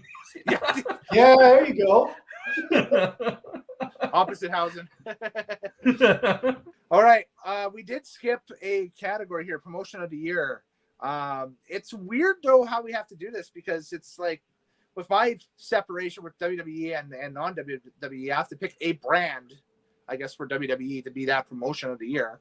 And No, then non-WWE. no. Just pick overall. Just pick But overall. just pick overall. pick one overall. overall. Okay. Well, WWE is still the leader. I mean, as bad as business has been this year, that stuff, they're still packing in, 17, 18, 19,000 seat arenas on the regulars, so for their pay-per-views and that stuff. So, Yeah. so I bought a ticket to Raw, and I don't watch Raw. Yeah. Yeah. So there we go. That done. Easy. Yeah. Promotion of the year, WWE. As much as we hate them, they still are the best promotion. Mm-hmm. When you talk about wrestling, that's the first one that comes to your mind. Yeah. Because I have to. A lot of people are like, oh, what's this WWE stuff? I'm like, oh, it's AEW. What's AEW? Where if I still have to have that conversation. Yeah. Yes. I tell people about AEW in the same way that I tell them about WCW. It's like, oh yeah, this is the new WCW, and then sometimes people are like, oh, that's cool, and then it's like, oh, sometimes. Yeah, that was my reaction. It's Yeah. like, ew. Oh. They brought that shit back? God dang. We're gonna have a Thunder party. Yeah. Monday Nitro party. Thunder bodies for life. Oh man. So now we jump back up to most overrated. All right. TL. This is where you talk about Moose. Yeah. So I might as well take it because I already shit all over Moose because I'm like, who is this nobody that's calling out everybody just for some attention? You clout seeker. What is Moose? He doesn't really have a home promotion anymore. He was in Impact, was their, I think still is their champ, their world champ. But the times that he wasn't world champ, he was in AAA, he was in New Japan, he was in various indies around the U.S. and that stuff. So he doesn't really have a home. At one time, he was a can't-miss prospect that WWE was looking at bringing into NXT and that stuff. But that was over 6 or 7 years ago. Now, I don't know what he is. I know what he is. Overrated. Overrated. Yes. So that's not WWE. For WWE, most overrated, Carmella. Stop putting this plastic doll into every match where you're trying to get someone over. She's not good. She's not important. They ruined her career ever since they split her off of Enzo and Cass in NXT. You know how long ago that was? Feels like forever ago. 6 or 7 years. 6 or 7, yeah. Exactly. I wonder if she's sleeping with someone in creative. Ugh. You kind of get that inkling, don't you? Well, she is, but Something that's beside the point. She's changed her music and her look a billion times and still comes out as a plastic Barbie. I'm like, what the Yeah, no kidding. Yeah, she's the most diva looking of all the women on the roster right now, and that's not a good thing. Like if she came along, 15 years ago, she'd fit right into the women's locker room then because that's all they were. No, I would put her in 98 with Jacqueline Sable. Oh, even that far. Wow. Okay. Carmella's never done it for me. Diva search, but all right. Yeah, Carmella's never been interesting to me. Never. For me, most overrated. Originally, my choice was QT Marshall. Okay. However, the more we were talking today, I had to change it. Sure. So my most overrated now is Cody Rhodes. Yeah. Talk about a guy who we thought was upper mid-card to main event for a few years now. Proves himself that, okay, actually, WWE had you in the right spot the entire time. Word. Yeah. This boy should never have power over anything. No. Yeah. He's making his money on the indies, and that's and backstage as well. He originally, when he was AEW started, he was one of the founder and creative people. Yep. In the last year, he's been removed from that position for a good reason. Yes, because better people have come along. That's why. Tony Khan's been like, I'm not letting all these high flyers tell me what to do. Could we potentially? This is before I knew my thing. Could we potentially in 5 years live in a world where the I guess the founding fathers of AEW may not even be in the company anymore. Yeah, and the company's doing well. Yeah, Yep. absolutely. So that could be I could see. I think probably Paige and maybe Omega have spots for life. Yeah, but everyone else could be gone. Yeah, but Paige isn't a founder. Well, he was one of the first guys. He was one of the He first was the first guys. guy signed, but he's not a founder. A founder. Okay, then when it comes to founder, I think Omega's the only one who gets his due there. That's it. That would be it. Omega behind the scenes. That's it. Yep. I can see the Bucks leaving. I can see Cody leaving. I can see Jericho retiring or dying on a ham sandwich. Oh, Jericho's never going to retire, man. Rock forever. Come on my boat cruise with COVID, baby. Man boobs. We'll get into that in a later stream down the road because, man, I have some stories about that. Well, yeah, weren't you going to go on a boat cruise? Yeah. I did have a package and then I did cancel. So, But Cody Rhodes, excellent pick for most overrated. Mm-hmm. What was your WWE overrated then, if you have one? I didn't put one down, but probably it'd be Baron Corbin. okay. Yep. They just keep giving this guy gimmick after gimmick after gimmick after gimmick for like 6 months at a time. And he's always on my TV and they're always giving him main event spots. And he doesn't interest me. He's not very talented with wrestling. He doesn't have charisma. I don't know actually what he has other than he was a football player. Exactly. That's the big question. What does this guy do that he keeps a job? He's useless. And not only a job, but he always gets TV time. Yes. They're not even hiding him. He should get the Elias treatment at this point. Yeah, Elias has disappeared. The Elias treatment. What happened to that guy? Jeez, that's crazy. But with Elias has tons of charisma. And he can at least play sort of a guitar. He can't wrestle, Sort of, but kinda, he can He talk. can wrestle. He doesn't hurt. They don't give him a chance to wrestle either. Ever. That's not his bit. His whole bit is what he can do in the ring with the guitar. Yeah, because I can't recall an Elias match. Yeah, me neither. I don't recall. Yeah, I don't know any Elias matches whatsoever. Being there live in 2019 at the Royal Rumble was pretty interesting when him and Jeff Jarrett were the opening two for the 2019 Royal Rumble. Not a lot of people remember that for the men's Rumble. They just threw Elias out, didn't they? Like he was immediately eliminated. Yeah. Yeah. So Did Jeff Jarrett come out with the titty tassels? Yeah, he was the 95 Jarrett. With God. And then they started singing "With My Baby Tonight," and that's when Elias got dumped. So, all right, Mr. Nitro, we're all waiting with bated breath. Who you got for most overrated? yeah, it's probably gonna be Shaq. All right, so most overrated for me, WWE wise, I had to narrow it down between two, and I've decided to go Charlotte Flair. No, for WWE. No. Just due to the fact that how many times are we going to put the belt on this woman? So they can erase Ric Flair from the memories. I guess.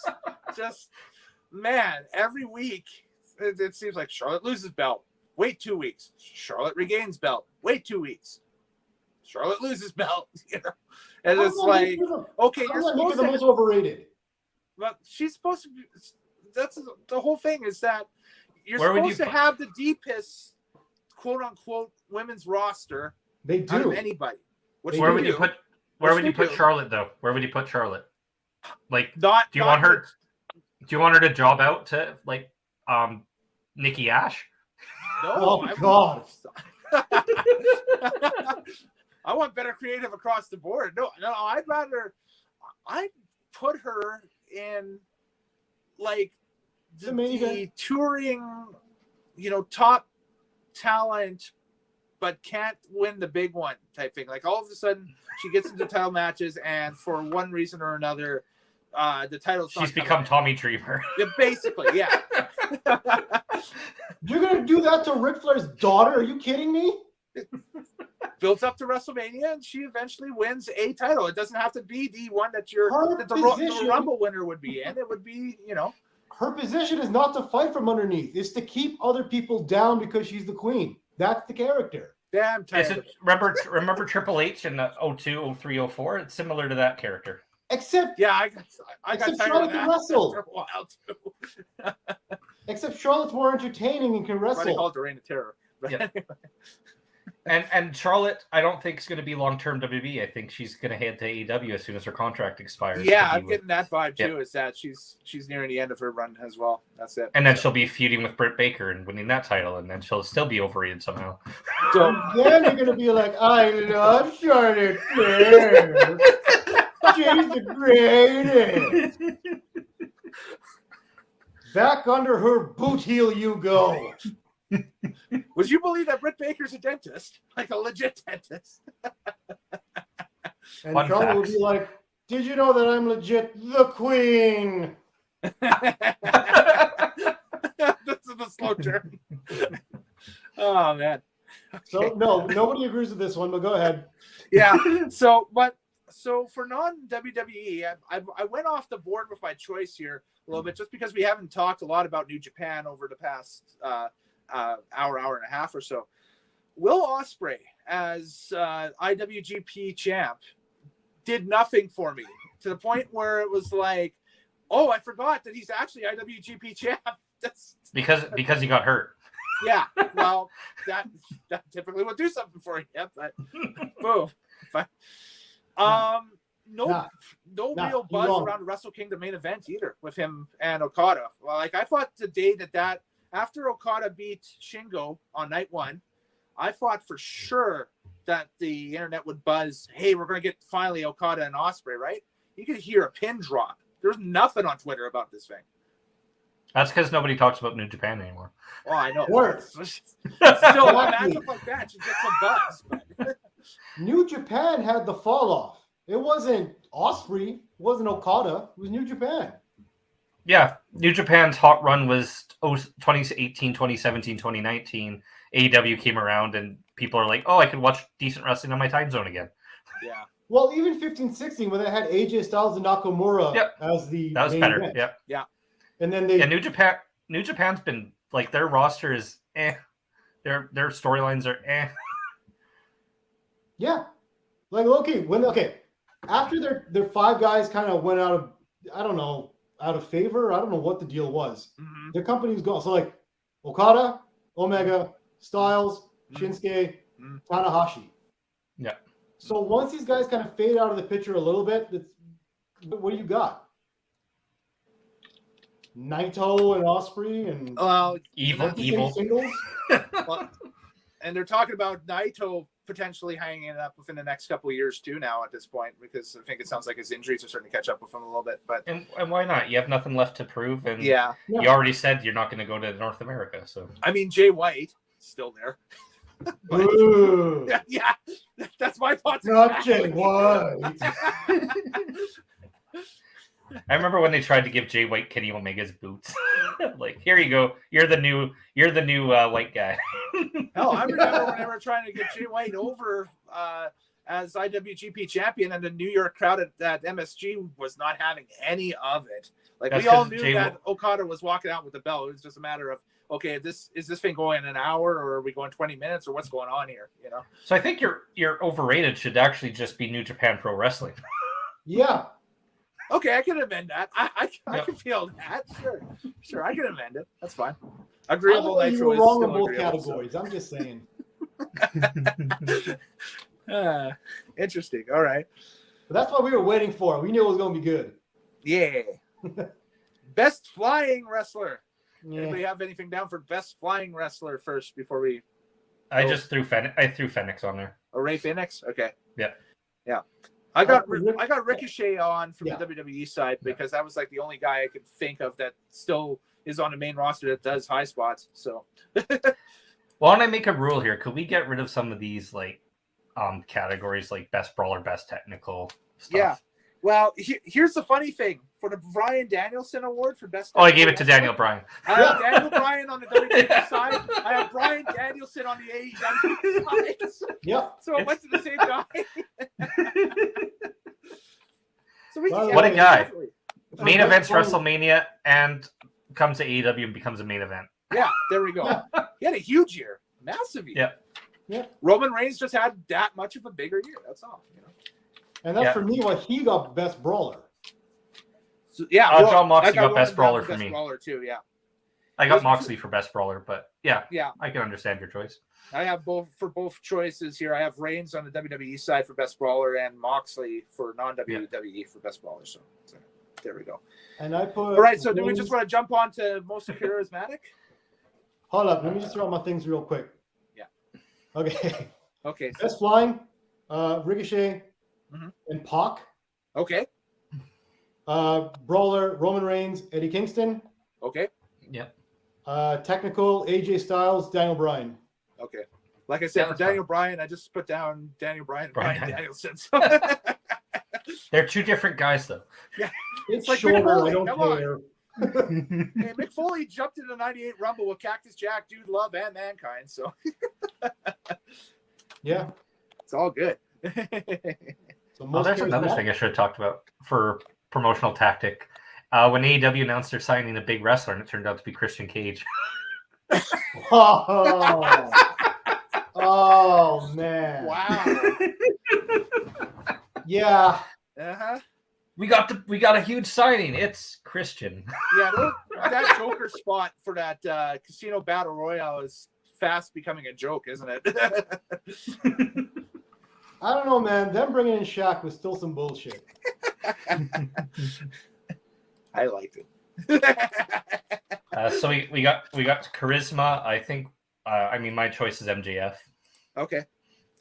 Yeah, I got on the WWE side for most charismatic. I've got Big E, and for non-WWE, I got MJF for most charismatic. TL, what you got? I put Brock Lesnar and MJF. Yeah. Crazy how we put Brock Lesnar in a most charismatic category now, eh? But dude, Hardy Brock is amazing. He grew a ponytail and everyone loves him again. I can't wrap my head around babyface Brock, smiling babyface Brock. I've never seen this before. I told you. The key to this is that at some point he's gonna snap and kill someone. Yeah. He's waiting for when. He's just waiting for when. It's gonna happen. Mania. Paul Heyman gets destroyed. It's gonna be Mania, guaranteed, in that title for title thing. He might kill like Jimmy Uso on the outside or something.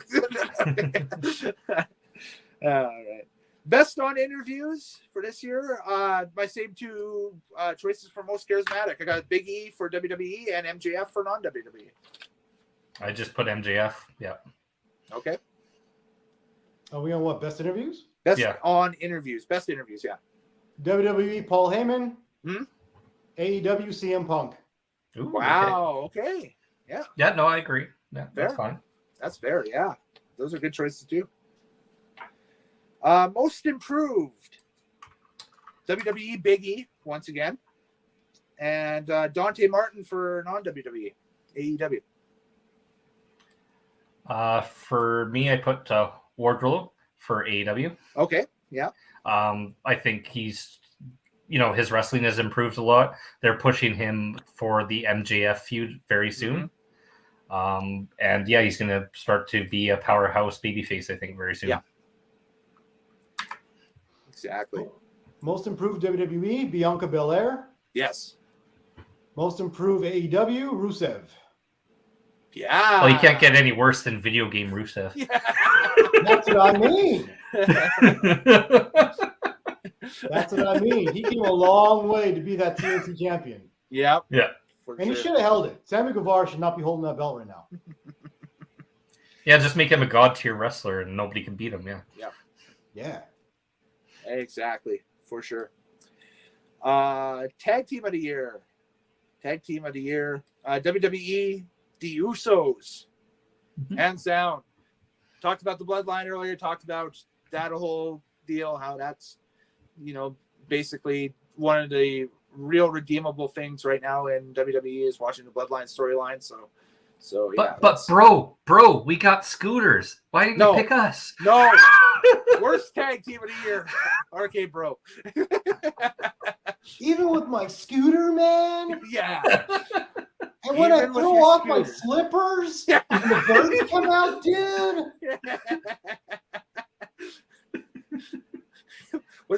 flipper, or was that like the Men in Black flashy stick? Oh, no, gimmick? that was a good That's was a the flip-flop, yeah. Okay. I was like, you don't remember anything. And I'm like, I don't remember anything. WWE wishes they could do that shit. Yeah, exactly.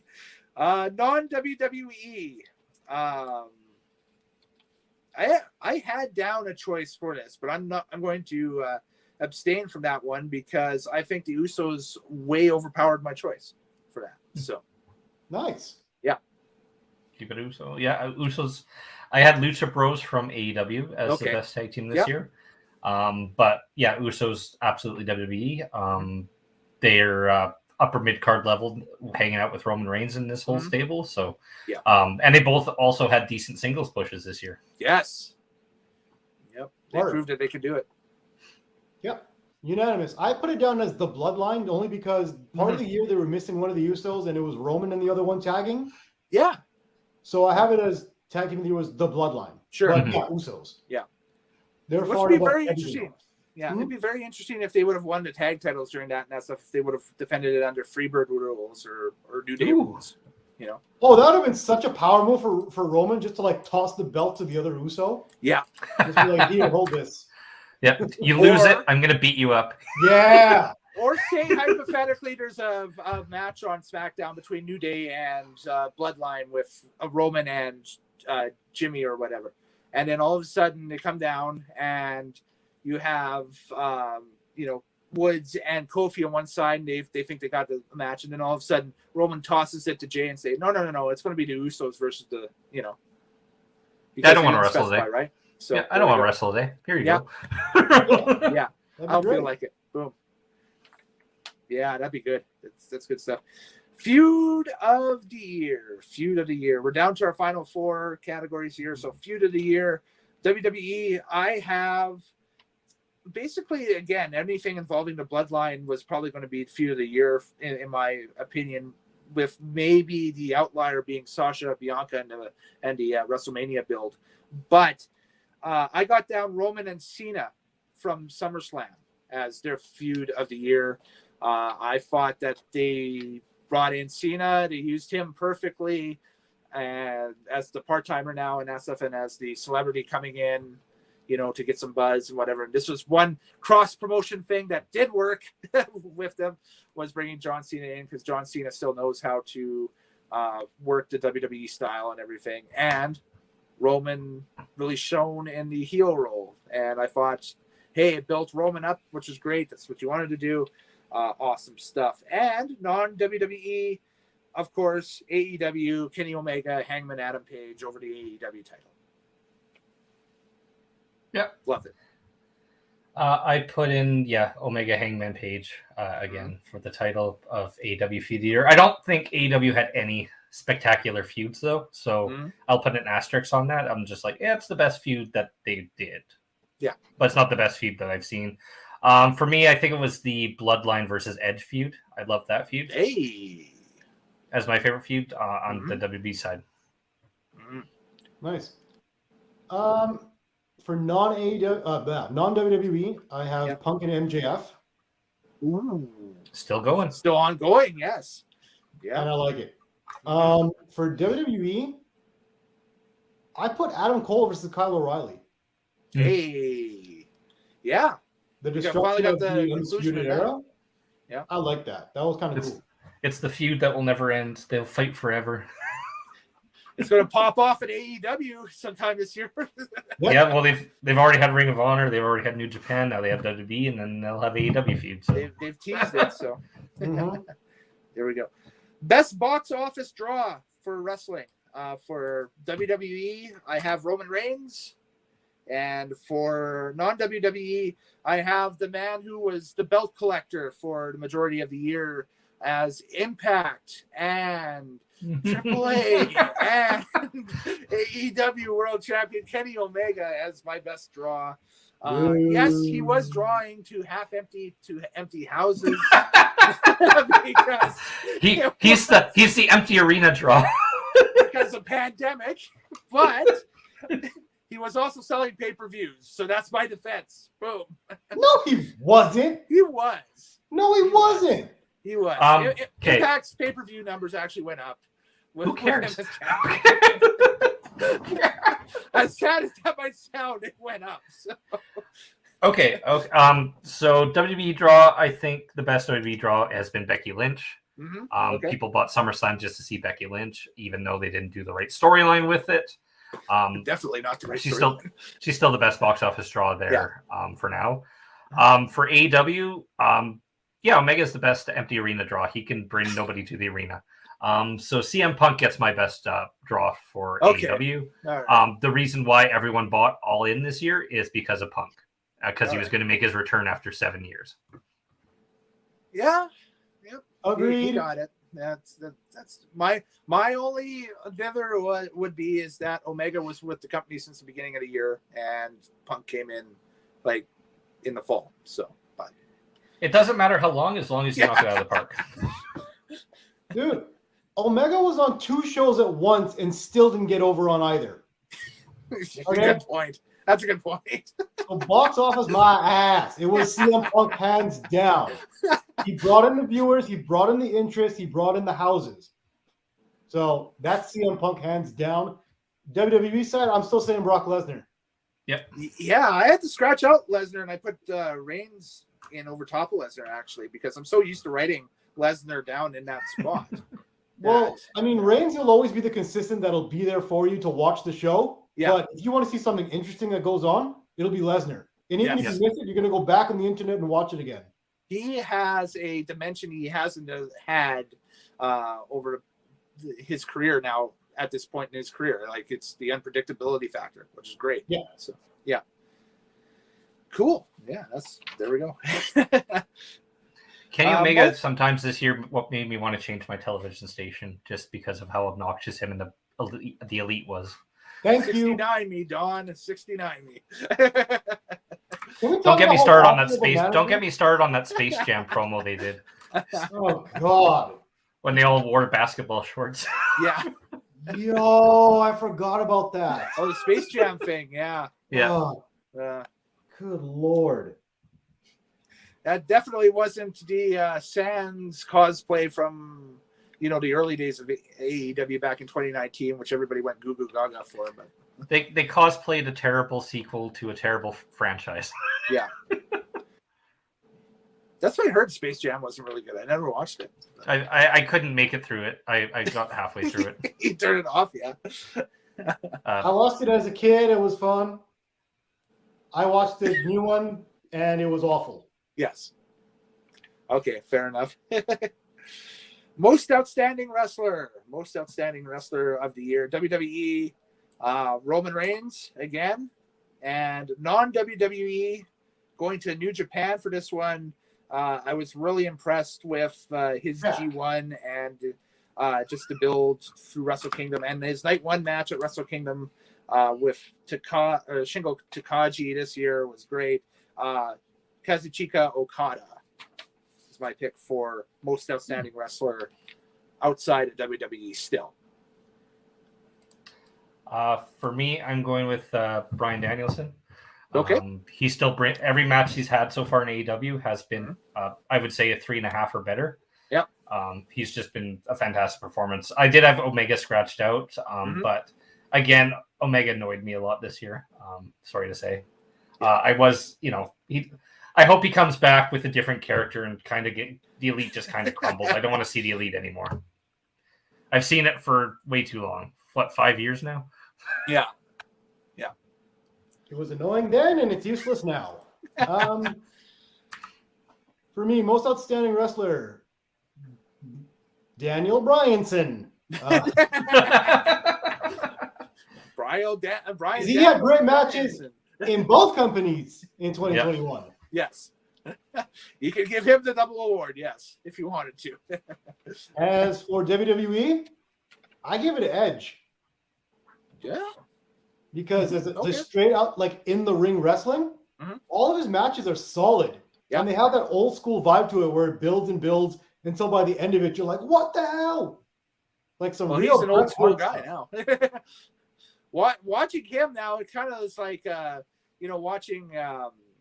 It's I don't want to say, I don't want to call him the dinosaur, but it's a very old school method of working a match, like you said, compared to what the kids are learning in NXT and that stuff, and over on the AEW even and everything. And yeah, it's it's a throwback style, which is great. It's kind of cool to see.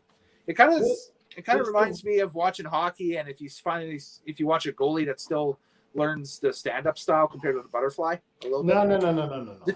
No. Yeah. No, this is like a wrestler that knows what he's doing and showing people how it's done. Yeah. As opposed to everyone just, spot monkeying everywhere. That's just spot. Yeah. Right. So that's why I give that to Edge. Are we ready for Wrestler of the Year?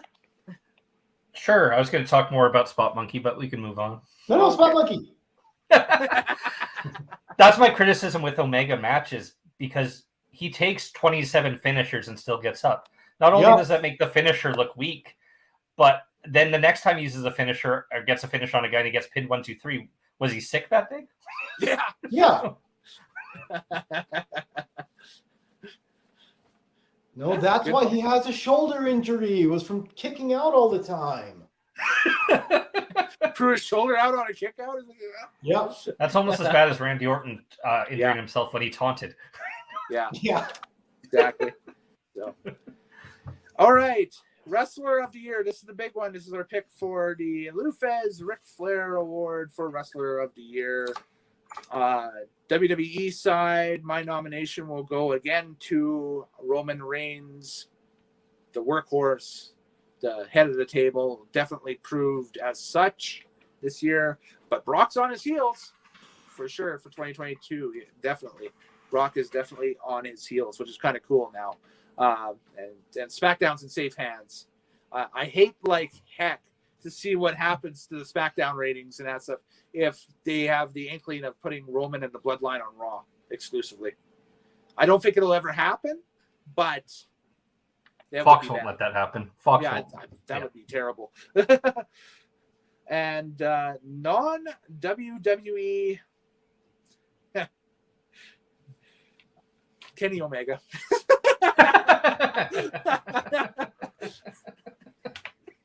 I had to. And then just put it down. It's like, well, belt collector, yeah. Held all the He's belts. the best belt machine. So, giving it to Kenny. For what? Failing on 2 different shows at once? 3 different shows at once. Oh, yeah, Triple A. He was Triple A. My God. Gotta be shitting me, man. My Wrestler of the Year, Roman Reigns, Bloodline. He's carried the belt the entire year. He's every guy who's come by. He's looked dominant. He's even had probably his best match at WrestleMania this year that I've seen, a Roman Reigns match. So, yeah, that's my pick. That ending.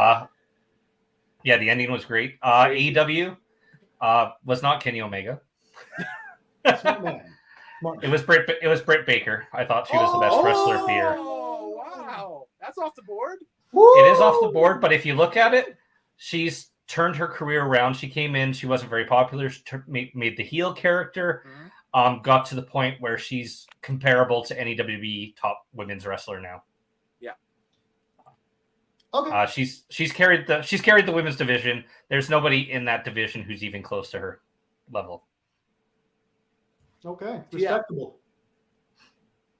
Unlike Mr. Nitro, that is respectable. Well, good night, everybody. I will also agree with everybody. It was unanimous. Roman Reigns is the man of WWE, Wrestler of the Year, hands down. And overall, I think overall too. Yes. And overall, absolutely. in the business, he is the best wrestler. He is Wrestler of the Year. Non-WWE, I'm giving it to CM Punk. The impact that he made on that company, the interest that he garnered coming, like, just to wrestling fans in general, coming back and saying, oh, yeah, CM Punk's back. Cool. And they did it the right way. Yeah. His promos on the mic, even the few matches that he did do throughout 2021, people watched. I watched. Yep. So, yeah, man, Wrestler of the Year on that side, CM Punk. Cool. And it also made non-AEW fans watch AEW too. Yes. I had a neighbor come over because I said, "Oh, what are you doing? I'm watching a pay-per-view." "Oh, what wrestling?" "Well, what's going on?" I'm like, "Oh, Punk's returning." CM Punk's returning. CM Punk's coming back. What's going on? Yeah. What time? Exactly. Yeah. It brought old wrestling fans back. Mm-hmm. It was good for the business in every single way, and he did it amazingly well. So, yeah, I think he deserved it. Absolutely. Well, folks, that's our picks for the Wrestling Observer Awards. Thank you for hanging out with us on the stream. And we actually got this under 2 hours, well, just under 2.5 hours here. So there we go.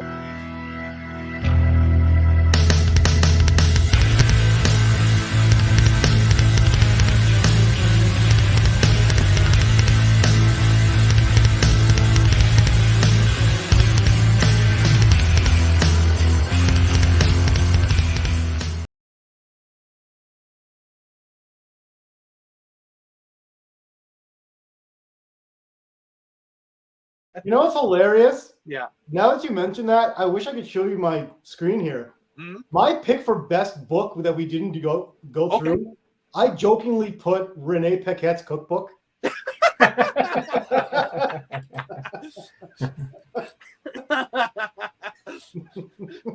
Great. Thank you. Did you read it at all? Or No, I just looked at the cover and said, yeah, that one. That's a wrestling book, sure. Yeah.